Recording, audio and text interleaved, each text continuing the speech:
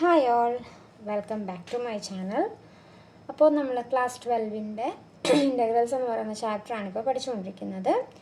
അതിൽ നമ്മൾ ലാസ്റ്റ് വീഡിയോയിൽ എന്തായിരുന്നു നോക്കിയത്? ഒരു ടൈപ്പ് ഓഫ് ഇൻ്റഗ്രേഷൻ ആയിരുന്നു നമ്മൾ നോക്കിയത്. എന്തായിരുന്നു അത്? ഇൻ്റഗ്രൽ 1/√(x² + a² dx എന്നുള്ളതിൻ്റെ ഒരു റിസൾട്ടാണ് നമ്മൾ നോക്കിയത്. അപ്പോൾ ഈ റിസൾട്ടൊക്കെ ഈ റിസൾട്ടുകളും അതുപോലെ തന്നെ നമ്മളിതിൽ ഉപയോഗിക്കുന്ന ഓരോ ട്രിഗ്നോമെട്രിക് റിസൾട്ടുകളൊക്കെ ഒരു കുഞ്ഞു ബുക്കിലൊക്കെ എഴുതി വയ്ക്കുവാണെങ്കിൽ നമുക്കത് പെട്ടെന്നൊന്ന് നോക്കാനും അതിനൊക്കെ ഉപകരിക്കും. ഓക്കെ, അപ്പം നമ്മൾ ലാസ്റ്റ് വീഡിയോയിൽ നമ്മൾ പഠിച്ചതിൻ്റെ ഒരു പ്രോബ്ലമാണ് നമ്മളിന്ന് നോക്കാൻ പോകുന്നത്. അപ്പോൾ അത് നോക്കിക്കേ, ഈ പ്രോബ്ലം എന്ന് പറയുന്നത് നമുക്കത് ആ റിസൾട്ട് ഡയറക്റ്റായിട്ട് അപ്ലൈ ചെയ്യാൻ പറ്റുന്നൊരു പ്രോബ്ലമാണിത്. എല്ലാ ക്വസ്റ്റ്യനും ഇങ്ങനെ ആയിരിക്കില്ല എന്ന് ഞാൻ ഓൾറെഡി പറഞ്ഞിട്ടുണ്ട്. അപ്പം ഇതെന്ന് പറയുന്നത് നമുക്ക് ഡയറക്റ്റ് അപ്ലൈ ചെയ്യാനായിട്ട് പറ്റും. അപ്പം നമ്മളുടെ റിസൾട്ട് നമ്മൾ പഠിച്ചത് എന്തായിരുന്നു? ഇൻ്റഗ്രൽ ഇതിൻ്റെ കൂടെ ഇത് എഴുതേണ്ട ആവശ്യമില്ല, അതുകൊണ്ടാണ് ഞാൻ വേറൊരു കളറിൽ ഇത് എഴുതുന്നത്. അപ്പോൾ ഇൻ്റഗ്രൽ 1/√(x² + a² dx ഇതായിരുന്നു നമ്മൾ പഠിച്ച റിസൾട്ട്. എന്തായിരുന്നു എൻ്റെ result? Log mod x + √(x² + a² + c ഇതായിരുന്നു നമ്മൾ അതിൻ്റെ റിസൾട്ട് പഠിച്ചത്. അപ്പോൾ ഇതിലോട്ട് നോക്കിക്കേ, രണ്ടും സെയിം ഫോർമാറ്റിൽ തന്നെയല്ലേ കിടക്കുന്നത്. ഇൻ്റഗ്രൽ 1/√(x² + 9, ഇവിടെ 1/√(x² + a². അപ്പോൾ a²ൻ്റെ സ്ഥാനത്താണ് ഇവിടെ എന്ത് വന്നിരിക്കുന്നത്? 9 വന്നിരിക്കുന്നത്. അപ്പോൾ ഇതിനെ നമുക്കൊന്ന് റീഅറേഞ്ച് ചെയ്താൽ അതെങ്ങനെ എഴുതാൻ പറ്റുമായിരിക്കും? ഇൻ്റഗ്രൽ 1/√(x² + ഈ 9 എന്ന് പറയുന്നത് എന്തിൻ്റെ സ്ക്വയറാണ്? 9 എന്ന് പറയുന്നത് 3യുടെ സ്ക്വയർ അല്ലേ? അപ്പോൾ ഇൻ്റഗ്രൽ 1/√(x² + 3² എന്ന് നമുക്കിതിനെ എഴുതാമല്ലോ. x² + 3² dx. ഇപ്പം നോക്കിക്കേ, ഇത് രണ്ടും കറക്റ്റ് സെയിം ഫോമാറ്റിൽ നമ്മളിപ്പോൾ എഴുതി. ഇനി എന്ത് ചെയ്താൽ മതി? ഡയറക്റ്റ് റിസൾട്ട് അങ്ങോട്ട് അപ്ലൈ ചെയ്താൽ മതി. അപ്പോൾ എന്ത് വരും? നമ്മുടെ ആൻസർ വെച്ച് = log mod x + √(x² + 3² + c. ഇതായിരിക്കും അതിൽ വരുന്ന ഫൈനൽ ആൻസർ എന്ന് പറയുന്നത്. ഓക്കെ, അപ്പോൾ ഈ ടൈപ്പ് ഓഫ് ഇൻ്റഗ്രേഷനിൽ എല്ലാ ക്വസ്റ്റ്യനും ഈ ഡയറക്റ്റ് റിസൾട്ട് ഉപയോഗിക്കാൻ പറ്റുന്നതാണ് ചോദിക്കുന്നതെന്ന് വിചാരിക്കരുത്.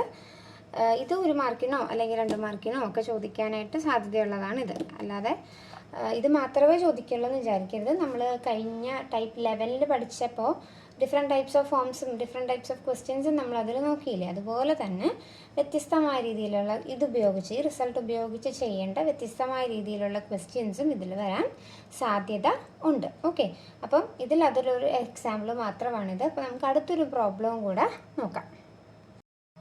ഓക്കെ, അപ്പം നമ്മുടെ അടുത്തൊരു ക്വസ്റ്റ്യൻ ആണിത്. Evaluate integral 1/√(1 + 4x² dx 1/√(1 + 4x² dx. Okay, ഇത് നോക്കിക്കേ, ഈ ഒരു ക്വസ്റ്റ്യനും നമ്മളിപ്പോൾ പഠിച്ച ഫോർമാറ്റ് എന്തായിരുന്നു? ഇൻ്റഗ്രൽ 1/√(x² + a² എന്നുള്ളതായിരുന്നു നമ്മളിപ്പോൾ പഠിച്ച ഫോർമാറ്റ്. അത് രണ്ടും തമ്മിൽ എൻറ്റയർലി ഒരു ഡിഫറെൻറ്റ് ഫോമിലല്ലേ ഈ ക്വസ്റ്റ്യൻ കിടക്കുന്നത്. അതായത് നമുക്ക് ഉപയോഗിക്കേണ്ടത് ആ സെയിം റിസൾട്ട് തന്നെയാണ്, പക്ഷേ ഡയറക്റ്റായിട്ടല്ല ഇതിലിത് ചോദിച്ചിരിക്കുന്നത്. വേറൊരു രീതിയിൽ കറക്കി തിരിച്ച്. ഇപ്പോൾ ഇത് കണ്ടിട്ട് നിങ്ങൾക്ക് എങ്ങനെ ആ ഒരു ഫോമിലോട്ട് കൊണ്ടുവരാൻ പറ്റും എന്നുള്ളതാണ് നമ്മൾ ആദ്യം ചിന്തിക്കേണ്ടത്. ഓക്കെ, അപ്പോൾ നമ്മളിത് എന്താ ചെയ്യാൻ പോകുന്നതെന്ന് നമുക്ക് നോക്കാം. അപ്പോൾ ആദ്യം ഈ ക്വസ്റ്റ്യൻ ഒന്ന് എടുത്തെഴുതുക. Integral 1/√(1 + 4x² dx. ഓക്കെ, ഞാൻ ആദ്യം ചെയ്യാൻ പോകുന്നത് ഇതിനെ ഒന്ന് ഞാൻ അങ്ങോട്ടും ഇങ്ങോട്ടും ഒന്ന് തിരിച്ചെഴുതുക. അതായത് 4x² + 1 എന്നാക്കുക. പ്രത്യേകിച്ച് കാര്യമൊന്നുമില്ല, എന്നാലും നമ്മുടെ ഒരു കൺവീനിയൻസിന്, അതായത് നമ്മളുടെ ഫോർമാറ്റ് എന്താണ്? നമുക്ക് വേണ്ട റിസൾട്ടിൻ്റെ ഫോർമാറ്റ് എന്താണ്? 1/√(x² + a² അല്ല. അപ്പോൾ അതിൽ ആദ്യം x² അല്ലേ വരുന്നത്.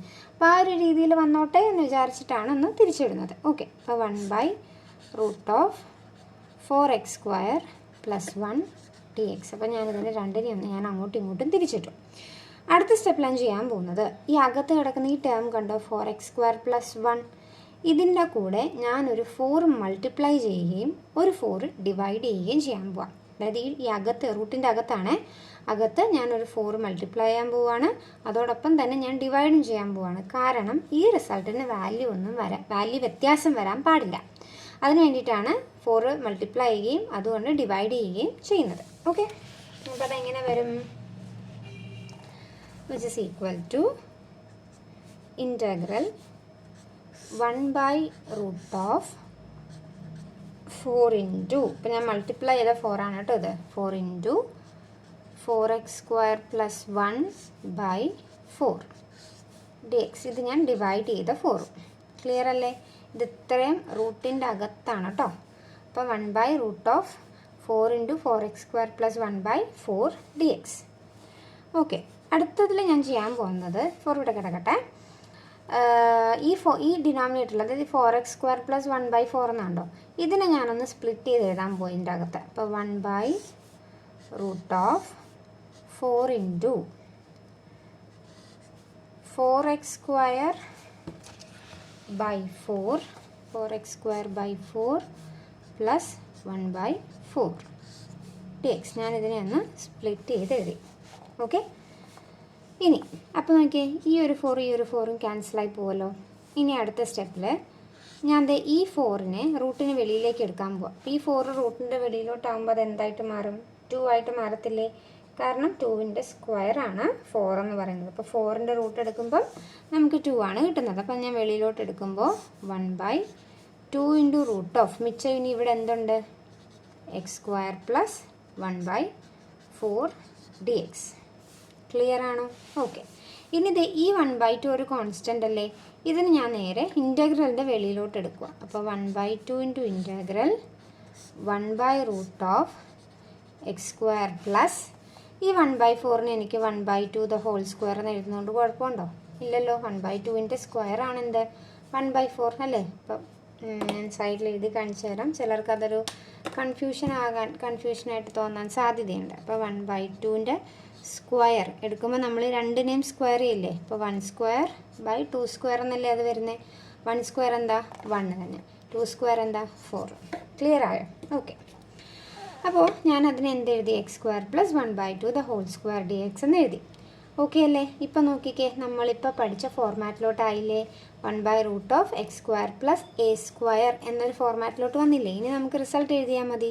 ഈ 1/2 പുറത്ത് അതുപോലെ തന്നെ എഴുതിയേക്കണം കേട്ടോ. അപ്പോൾ 1/2 ഇൻറ്റു ഇനി ഇതിൻ്റെ result log mod x + √x² + 1/2 the whole square + c.